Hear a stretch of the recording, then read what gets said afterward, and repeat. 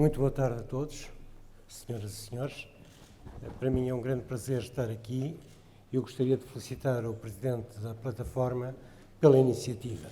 Eu julgo que é, como onde ver na parte final da minha intervenção, é crucial promover uma reflexão sobre o porquê das crises periódicas que se deparam em Portugal e que induzem uma lógica de paragem e avanço que é extremamente prejudicial do ponto de vista do desenvolvimento económico. Eu iria começar por avançar por 4 tópicos: onde estamos e de onde viemos, quais são os desafios imediatos de curto prazo, os desafios de médio prazo e o que é necessário para preparar o futuro. Em primeiro lugar, é preciso perceber que nós viemos de uma situação de grave desequilíbrio externo, que não é específica a Portugal e que em Portugal ganha especificidade por ter ocorrido simultaneamente com os 3 grandes setores da economia: as famílias, as empresas e o setor público. Os 3 setores endividaram-se fortemente, houve um desequilíbrio significativo entre a poupança e o investimento e, mais grave ainda, é que houve um consumo de capital que se há de verificar no futuro através de endividamento adicional que foi necessário fazer agora e ainda provavelmente terá que ser necessário registrar no futuro. Quando nós estamos a fazer alguns processos de recapitalização, quer de empresas, quer do sistema financeiro, estamos basicamente a repor capital que foi distribuído sob a forma de resultados e que, portanto, foi também consumido durante esta fase e que não está registado na balança. Portanto, uma parte do endividamento ocorrido depois do início do programa é reflexo de consumo passado, não devidamente contabilizado e que não aparece no equilíbrio entre poupança e investimento, porque, no fundo, foi consumo de capital. Faço esta observação porque isto condiciona muito a leitura do programa de ajustamento. A segunda observação é a seguinte: é que nós fizemos um processo de ajustamento que está em linha com os demais países que estão a fazer esse ajustamento e temos para nós uma métrica própria, porque já é o 3º programa de ajustamento que fazemos em democracia. E era bom comparar o que é que significou este programa de ajustamento com os 2 anteriores, por um lado, para termos distância e sabermos o que é que o diferencia e o que é que o torna semelhante. Se olharmos para o ajustamento da balança corrente e de capital, verificamos que o atual ajustamento compara melhor do que os 2 ajustamentos anteriores. Se olharmos para a taxa de câmbio efetiva real, verificamos que houve flexibilidade da economia portuguesa, do ponto de vista da taxa de câmbio efetiva, não obstante não dispormos de moeda própria e não fazermos uma desvalorização cambial. Isto é um facto muito importante do ponto de vista do futuro da União Económica e Monetária, porque significa que é possível ajustar num quadro de moeda única. Havia quem tivesse uma grande descrença contra este facto, a demonstração está ali e foi feito sem desvalorização de capital. Em 3º lugar, nós fizemos isto com o aumento da cota de mercado das nossas exportações, num contexto muito pior em termos de procura externa do que aquele que ocorreu quer no primeiro programa de ajustamento 77-78, quer no de 82-83. Isto, obviamente, não retira mérito aos anteriores, mas permite perspectivar, dar profundidade de análise quando se compara o atual programa de ajustamento com o anterior. Óbvio que este programa de ajustamento foi sentido como mais doloroso do ponto de vista do crescimento económico.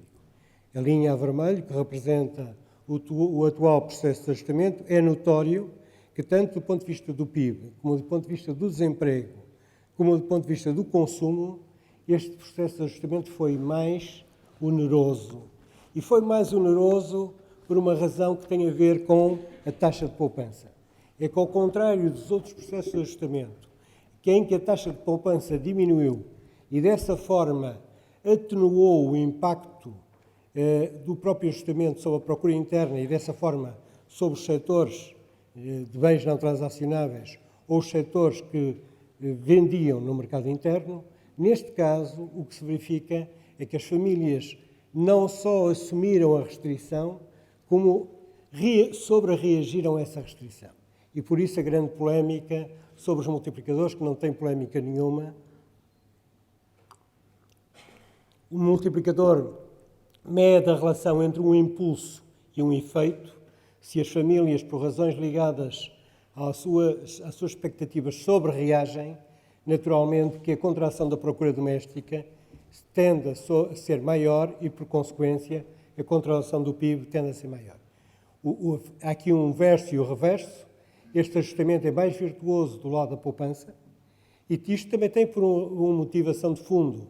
É que o ajustamento registrado em 77, 78 e 82 e 83 fez-se num contexto em que as famílias tinham níveis de endividamento baixos, porque, como sabem também, o crédito era muito menos abundante e muito mais caro.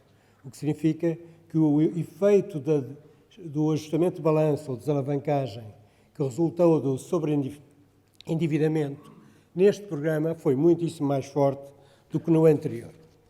Se olharmos depois, do ponto de vista das remunerações por trabalhador na economia, em variação nominal e em variação real, verifica-se uma coisa curiosíssima, é que o ajustamento que estamos a ter não é tão oneroso quanto se pretende dizer.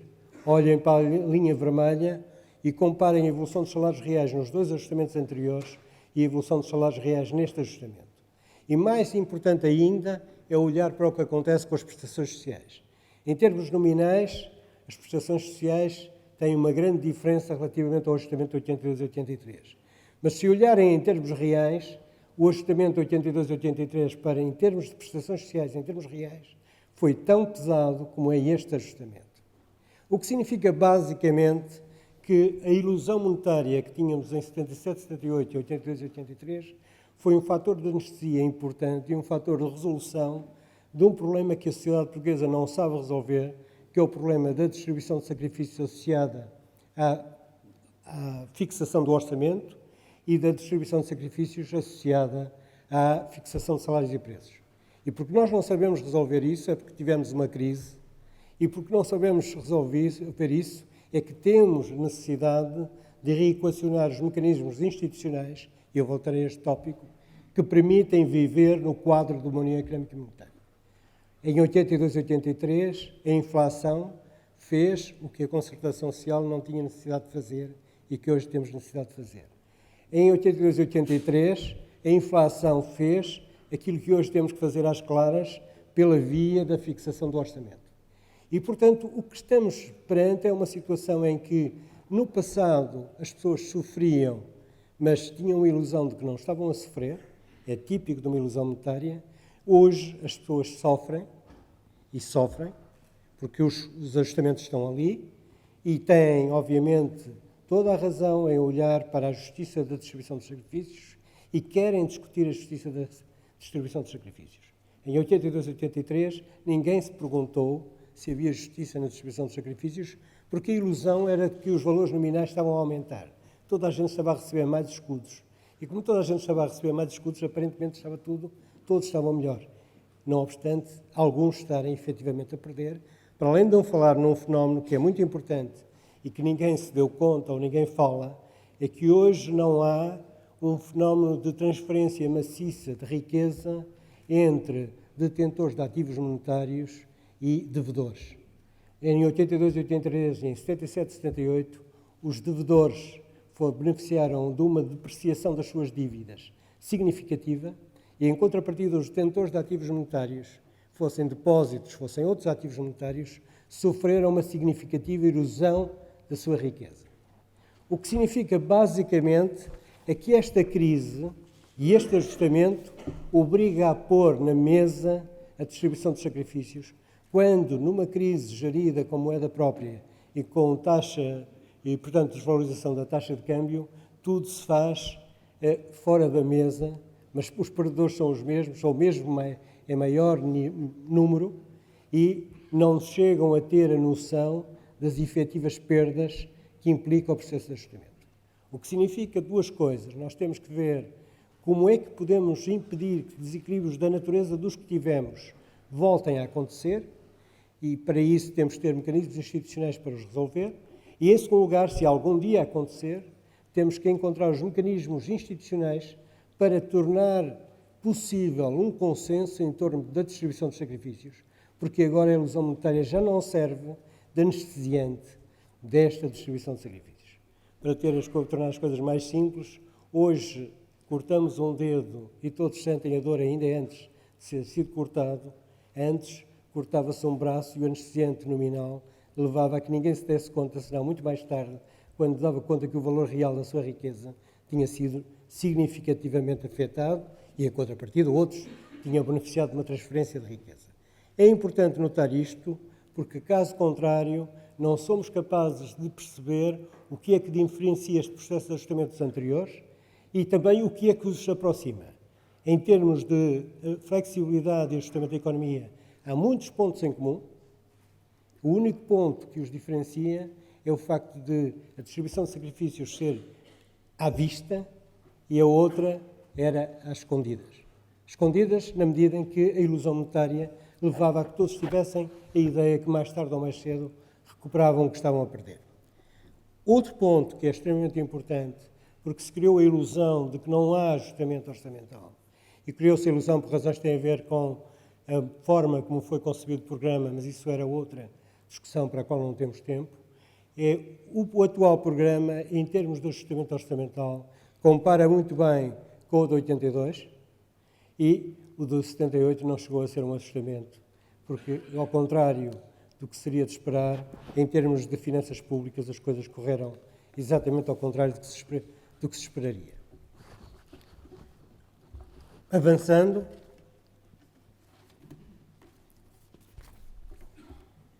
temos, portanto, um programa que compara bem, em termos de ajustamento, uma economia que não dispõe dos mecanismos sociais e institucionais para assegurar a consensualização da distribuição dos sacrifícios inerentes a um processo de ajustamento.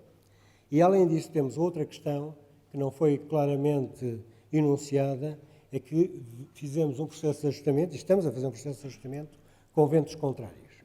Ventos contrários que resultam do facto de nós estarmos num contexto de recessão internacional, na primeira fase, depois da recuperação de uma parte e continuação da recessão na parte europeia, e isso, obviamente, fez com que todos os pressupostos iniciais do programa fossem sendo revistos no sentido de uma dificuldade crescente.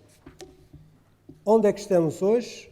Estamos numa situação em que temos indicadores positivos, e muito positivos, que vêm da balança corrente e de capital, da balança comercial. Nós, pela primeira vez, desde há muitos anos, décadas, temos uma balança comercial positiva. Uma balança corrente que está positiva e que permite pensar no desendividamento a prazo em termos de posição de investimento internacional líquida. Temos uma situação orçamental que se apresenta entre o vermelho e o amarelo. Vermelho porque temos uma dívida pública acumulada elevada, amarelo porque entramos na zona positiva do déficit primário, do saldo primário, portanto passamos a ter um excedente, o que demonstra que foi feito um ajustamento maior do que aquilo que se pensa. Estamos numa zona amarela no que diz respeito ao produto, ao PIB. A expectativa de crescimento para o próximo ano não é de um crescimento tão forte quanto seria necessário, mas é de uma saída para uma recuperação modesta que espera que se incremente ao longo dos próximos anos.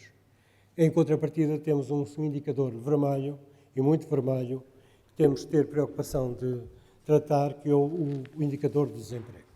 Portanto, nós temos uma economia que tem dois desafios de futuro: desemprego e dívida. Vamos ter que viver com estes dois fenómenos, com estes dois problemas durante os próximos anos e geri-los com muito, muito cuidado, pelos impactos que têm no ponto de vista da margem de manobra da política macroeconómica, dívida, e pelos impactos que têm do lado da margem de manobra da política económica e do lado social, o desemprego, e mais do que isso, pelo impacto que tem sobre o potencial de crescimento da economia. 9% de desemprego estrutural é 9% de produto a menos. 9% de produto a menos, todas as coisas iguais, admitindo que estamos com produtividade idêntica aos que estão atualmente empregados, e 9% a menos significa 4,5% de impostos a menos.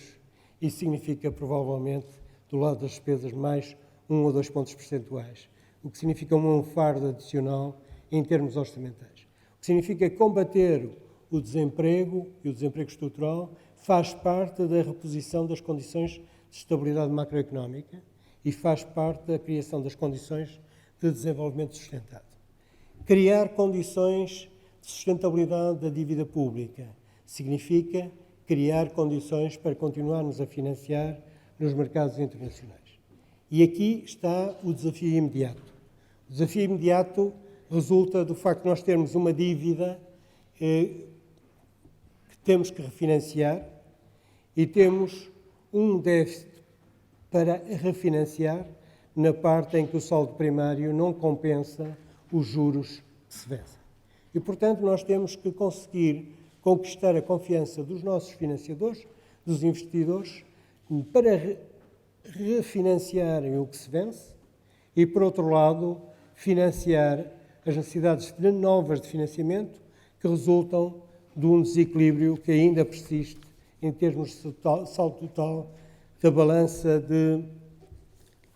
do saldo total orçamental. Apesar de nós termos um saldo externo positivo que nos garante uma redução da nossa posição de investimento internacional líquida e, portanto, uma perspectiva favorável do ponto de vista externo. Para termos uma ideia, nós temos no próximo ano, que eu dou números redondos, não vale a pena ir aqui, o número é tão flagrante que não vale a pena ir tão longe quanto isso, nós temos que refinanciar valores na ordem dos 27 mil milhões. Temos, por outro lado, que financiar as necessidades novas de financiamento. O que significa que voltar ao mercado é crucial para assegurar o respeito das nossas obrigações internacionais. Se não voltarmos ao mercado, teremos naturalmente que encontrar quem nos financie. Mas se não voltarmos ao mercado, significa pura e simplesmente que não conseguimos conquistar a confiança dos nossos, eu não diria dos credores, são dos investidores, porque quem vem comprar dívida não é necessariamente credor, são novos investidores e provavelmente até de outras geografias que não as geografias habituais dos investidores de dívida portuguesa. E nesse ponto, eu gostaria de chamar a atenção para o seguinte: não é difícil, ainda não é difícil, dar uma garantia de uma trajetória sustentável da dívida pública a prazo.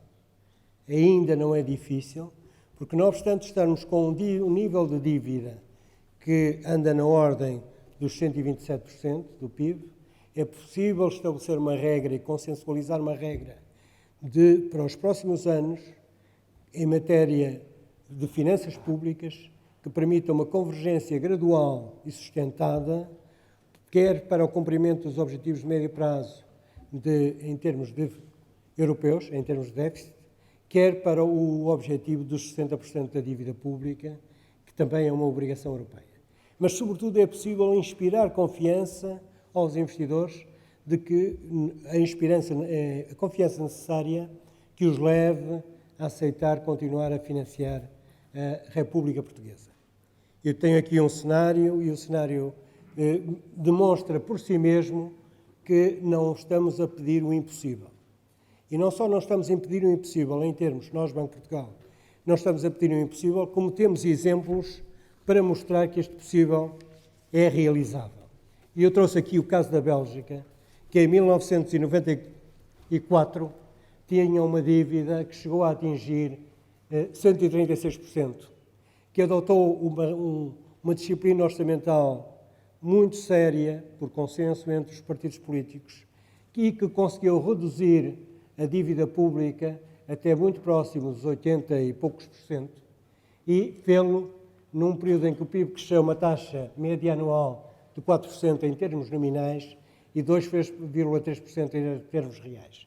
No quadro anterior eu não estou a pedir tanto, eu Eu só estou a pedir que o PIB nominal português cresça à taxa de 3% e que nós consigamos fazer uma redução de 0,5% em termos de PIB no nosso déficit ao longo desse período. Isto é importante para nós voltarmos ao mercado. É isto que dá confiança aos investidores para investir em dívida pública portuguesa. E se a Bélgica fez o seu processo a partir de um valor mais alto, nós poderemos fazer o nosso processo a partir de um valor que está cerca de 10 pontos abaixo do valor da Bélgica e onde a única coisa que nos pedem é demonstração que temos meios para pagar, demonstração que temos um comportamento sóbrio em termos orçamentais próprio de quem quer pagar e a demonstração de que queremos mesmo pagar. Se nós não quisermos assumir estas 3 condições, que são condições normais que um gerente de um banco, quando fala com um cliente, pede, demonstre-me que tem meios para pagar, que tem rendimentos futuros e que tem hábito de bom pagador. Se nós não demonstrarmos isso, obviamente que não há nenhum investidor que esteja interessado em apoiar, a comprar dívida pública. Mas não há alternativa ao mercado. Nós podemos ter a ilusão de ter 2, 3, 4 anos adicionais em que investidores oficiais aparecem em substituir o mercado. Mas isso não resolve o problema. Primeiro porque se nós estamos dependentes de investidores institucionais, significa oficiais, significa por isso simplesmente que não fomos credíveis e significa que não estamos numa trajetória de sustentabilidade da dívida, o que significa que o valor da dívida tende a aumentar. Em segundo lugar, isto não é uma panaceia que dure para sempre. E, portanto, nós temos que ter consciência que quanto mais cedo estabelecermos uma regra e um compromisso de finanças públicas transversal, suficientemente transversal para dar garantias aos investidores, transversal das forças políticas que fazem parte do arco governamental, mais rapidamente chegamos ao mercado e mais rapidamente teremos a dispensa dos investidores oficiais. E temos uma janela de oportunidade muito curta. Temos 5 meses, não temos mais. Se nestes 5 meses não fizermos prova de que sabemos gerir as nossas contas públicas, damos garantia de querer pagar e temos uma trajetória sustentável, obviamente que chegamos ao final do programa e não temos garantia de financiamento de mercado, e não tendo garantia de financiamento de mercado e tendo nós 26 mil milhões, 13 mil milhões dos quais a médio e longo prazo a vencer, a única situação, a única possibilidade de termos é voltarmos a falar com os investidores oficiais. Portanto, o que se pede, com toda a clareza, é a reafirmação de uma trajetória de sustentabilidade das finanças públicas para os investidores tranquilamente poderem comprar dívida pública portuguesa. Até porque o momento é favorável. Neste momento há investidores mundiais a chegar ao mercado europeu por razões de diversa ordem e à procura da dívida pública europeia. Há países europeus que atravessaram crises idênticas às nossas, que já estão a beneficiar dessa situação. Portanto, nós não podemos perder esta janela de oportunidade e não podemos perder o interesse que pode suscitar uma demonstração clara de compromisso com a sustentabilidade da nossa dívida a médio e longo prazo. Mas depois temos outros desafios. É que a sustentabilidade da dívida depende do valor da dívida e depende do produto. O desemprego depende do produto. Não há absorção de desemprego sem 2 coisas. Sem investimento, isto é, sem crescimento económico, e sem qualificações adequadas aos postos de trabalho que hão de ser criados. Eu vou deixar esta segunda parte, porque não tenho tempo, de lado, e vou-me concentrar apenas do lado do investimento. Nós temos que assegurar um processo que conjugue simultaneamente a absorção do desemprego estrutural e o crescimento económico da economia portuguesa. E o crescimento económico sustentado. Aliás, hoje já não há possibilidades, porque não temos margem de manobra macroeconómica, para fazer crescimento insustentado, porque o crescimento insustentado era o que resultava de uma lógica de mero endividamento, fosse ele dos particulares, fosse das finanças públicas. E como nem uns nem outros hoje podem alimentar um crescimento dopado pelo endividamento. Hoje, por natureza, o nosso crescimento só pode ser sustentado, porque não há margem para um crescimento não sustentado. Aqui importa ter presente o seguinte: nós estamos numa situação em que temos ventos desfavoráveis, também porque estamos a assistir a uma redução da população ativa. Isto no curto prazo parece bom, porque reduz a pressão sobre o emprego, mas no longo prazo é letal. É letal porque reduz o potencial de crescimento do produto, e reduzindo o potencial de crescimento do produto, piora ou agrava as dificuldades da sustentabilidade da dívida pública, e também é letal porque compromete o equilíbrio geracional, que é fundamental para a salvaguarda do Estado Social e para a salvaguarda da coesão. Portanto, nós temos que assegurar que não só absorvemos o desemprego estrutural, como criamos em condições de fixação da população para que aquela evolução da linha de desemprego não vá no sentido em que está a seguir. Um país desertificado é um país muito difícil do ponto de vista do processo europeu, é um país muito difícil do processo político interno e é um país muito difícil do ponto de vista da gestão da coesão e da gestão intergeracional.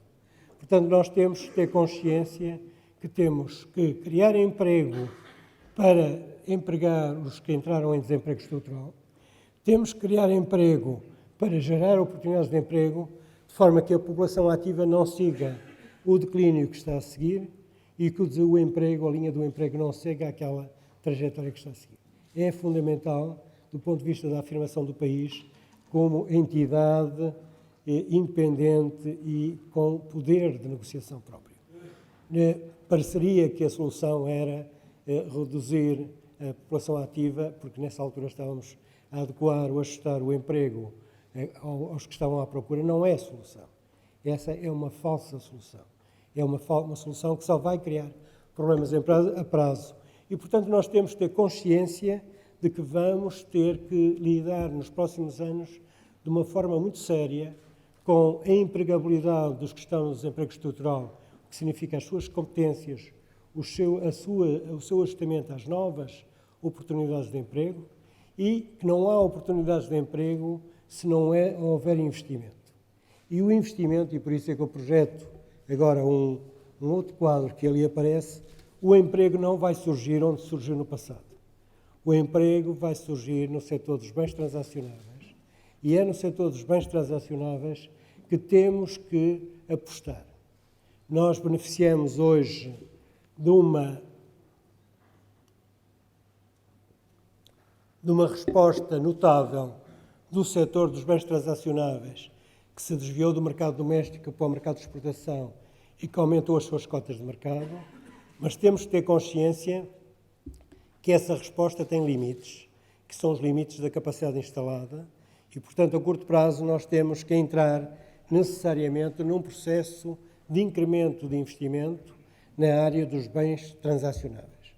Temos ainda uma margem de absorção de desemprego na área dos serviços e, em particular, na área dos serviços ligados ao turismo. Nós temos que fazer do nosso país, e temos uma janela de oportunidade também muito curta, um país de serviços ao longo do ano e não apenas um país de serviços num curto espaço de tempo. Nós temos que rapidamente colocar em produção uma série de equipamentos que, por razões várias, estão subutilizados, ou porque entraram em insolvência, ou porque a capacidade de exploração ainda não está presente. É fundamental pôr esses equipamentos a trabalhar. Um hotel desocupado, um hotel não utilizado, são oportunidades de emprego e oportunidades de produto por realizar. É capital desperdiçado e significa, pura e simplesmente, que não estamos a tirar partido daquilo que nos importa. Portanto, nós temos basicamente, e para ir rapidamente, temos basicamente que otimizar a utilização da capacidade improdutiva instalada, tirando partido da margem que ainda está disponível no setor exportador e aproveitando a margem que não está ainda em produção ou que está insuficientemente aproveitada na área de serviços. Temos que rapidamente avançar no sentido de uma melhoria endógena do padrão de especialização intrasetorial através de um processo de inovação incremental. Beneficiaram de uma apresentação do Dr. Manuel Carlos. Ele explica muito melhor que eu tudo o que significa este processo e o que é que isto pode significar em termos de movimento na cadeia de valor de todo um setor, em termos de geração de valor acrescentado e em termos de capacidade de pagar salários em níveis compatíveis com o estádio de desenvolvimento em que está o nosso país. Temos de avançar rapidamente no domínio da melhoria de especialização intersetorial. Temos que ter novos setores, novas unidades. Mas isto não se faz a partir do vazio, isto faz-se a partir da capacidade empreendedora existente e a partir do diálogo entre o Sistema Nacional de Inovação, que é composto pela educação, pela formação profissional e pela investigação, e o setor empresarial. Nós temos uma carência enorme nesse domínio, porque os vértices não se articulam do triângulo e, por sua vez, o triângulo do Sistema Nacional de Inovação está divorciado do sistema empresarial e o sistema empresarial está-se divorciado. Isto é um divórcio que é mais um casamento branco do que um divórcio, porque os dois lados raramente se falam, embora tenham toda a vantagem, todo o interesse em conjugar-se. E, mais uma vez, aí o setor do calçado, o setor dos moldes e o setor metalomecânico são setores exemplares para nós pensarmos o que devemos fazer e o que temos de fazer. E, aliás, devíamos fazer uma reflexão mais profunda. Quando vemos empresas que estão em processos de insolvência, devíamos interrogar porque é que essas empresas entraram em processos de insolvência. Porque é que, ao mesmo tempo que o Val do Ave estava em declínio, surgiu na Corunha a Inditex, que hoje vale mais do que a Caixa de Depósitos. A Inditex surgiu no mesmo segmento de mercado em que estavam as empresas do Val do Ave. Surgiu no mesmo período de crise e na mesma dificuldade com o acordo de multifibras. Uns morreram, outros cresceram e são hoje uma potência. Onde está a diferença? A diferença está na capacidade empresarial, na capacidade de gestão, na capacidade estratégica. E normalmente nós pensamos que o problema do ajustamento estrutural passa-se fora da empresa. Também se passa dentro da empresa. E aí eu gostaria de mencionar, para mim, um dos problemas críticos que nós temos no curto prazo, que é o problema relacionado com o investimento por parte das empresas, pequenas e médias empresas existentes, e o problema da transmissão intergeracional dessas mesmas empresas. As pequenas e médias empresas portuguesas hoje têm necessidade de investir, mas estão sobreendividadas e, estando sobreendividadas, não têm condições para investir. O que significa que têm um problema de autonomia financeira que lhes complica a capacidade de crescimento. Mas complicando a capacidade de crescimento, como não se inventa a capacidade empreendedora fora daquela que já temos, daquela que existe, estamos, na prática, neutralizados nesse domínio. É urgente resolver o problema do excesso de endividamento das pequenas e médias empresas em Portugal e encontrar mecanismos que resolvam o problema, não só para aliviar o problema do lado do sistema financeiro, mas para resolver, sobretudo, a capacidade das empresas para crescer e ter escala. Porque se estas empresas não tiverem escala, não têm capacidade para absorver conhecimento, não têm capacidade para ter organizações complexas, como é próprio de uma empresa que trabalha hoje no mercado global. Não têm capacidade para autonomizar funções. Por outro lado, e em paralelo, temos que resolver o problema da separação entre a propriedade e a gestão. Não é estritamente verdade que quem detém a empresa não tem capacidade de gestão. Agora, o que não é sempre verdade é que quem detém a empresa tem a capacidade de gestão, sobretudo se forem os descendentes do fundador da empresa, sobretudo na terceira geração. E aí temos uma grande história para analisar. Eu desafiava os sociólogos portugueses a fazê-lo, que era fazer uma história do nascimento e morte de grandes grupos empresariais em Portugal e perceber porque é que o quadro institucional não favoreceu aquilo que devia ter acontecido e acontece noutros países, que é a propriedade e a gestão separarem-se e o proprietário continuar a ser um elemento vital da animação da empresa, seja no modelo americano das fundações, seja no modelo alemão das empresas familiares que conseguem crescer e ser grandes. Como sabem, as grandes empresas do setor automóvel continuam a ser familiares e não têm nenhum problema do ponto de vista da gestão. Chama a atenção para este problema, não tenho tempo para muito, mas gostaria de o lembrar com muita cuidado, porque é talvez o maior desafio que nós temos, é evitar uma taxa de mortalidade excessiva em empresas que são hoje detentoras de um capital social importante e que não é possível repor se elas desaparecerem. Quando uma empresa desaparece mais do que o capital que os bancos emprestaram e os proprietários lá puseram. Desaparece o capital social que representa as rotinas instaladas, os conhecimentos tácitos instaurados e que leva a que toda a gente, às 8 da manhã, entra naquela empresa e sabem que posto de trabalho é que se coloca, o que tem que fazer, que mercados é que tem que atender, onde é que estão os clientes. Alguém que pense lançar uma empresa a partir de novo, a partir do zero, tem 10, 12, 15 meses, um ano e muitos riscos pela frente para repor aquele nível de capital social que ali está. Este é um problema vital do ponto de vista da economia portuguesa e por isso, como sabem, eu sou grande fã da criação de uma instituição especializada para esse efeito. Não se trata de dar subvenções, trata-se de facilitar de uma forma eficiente e alocar de uma forma eficiente o capital. Por último, há que preparar o futuro.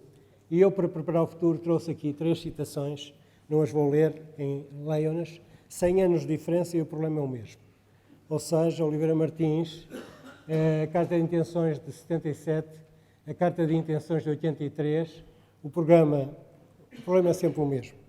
Nós não somos capazes de ter capacidade para respeitar um princípio de sustentabilidade de finanças públicas, nem um princípio de equilíbrio externo e de sustentabilidade dos equilíbrios externos. É óbvio que a participação numa União Monetária nos altera a situação, mas não nos diminui a importância do problema. E temos que nos perguntar se isto é fruto do acaso, se é fatalidade ou se é pura e simplesmente um subequipamento do país do ponto de vista das instituições. Nós, para vivermos numa União Económica e Monetária, temos de ter uma formação de salários e preços que seja compatível com a manutenção da competitividade da economia portuguesa.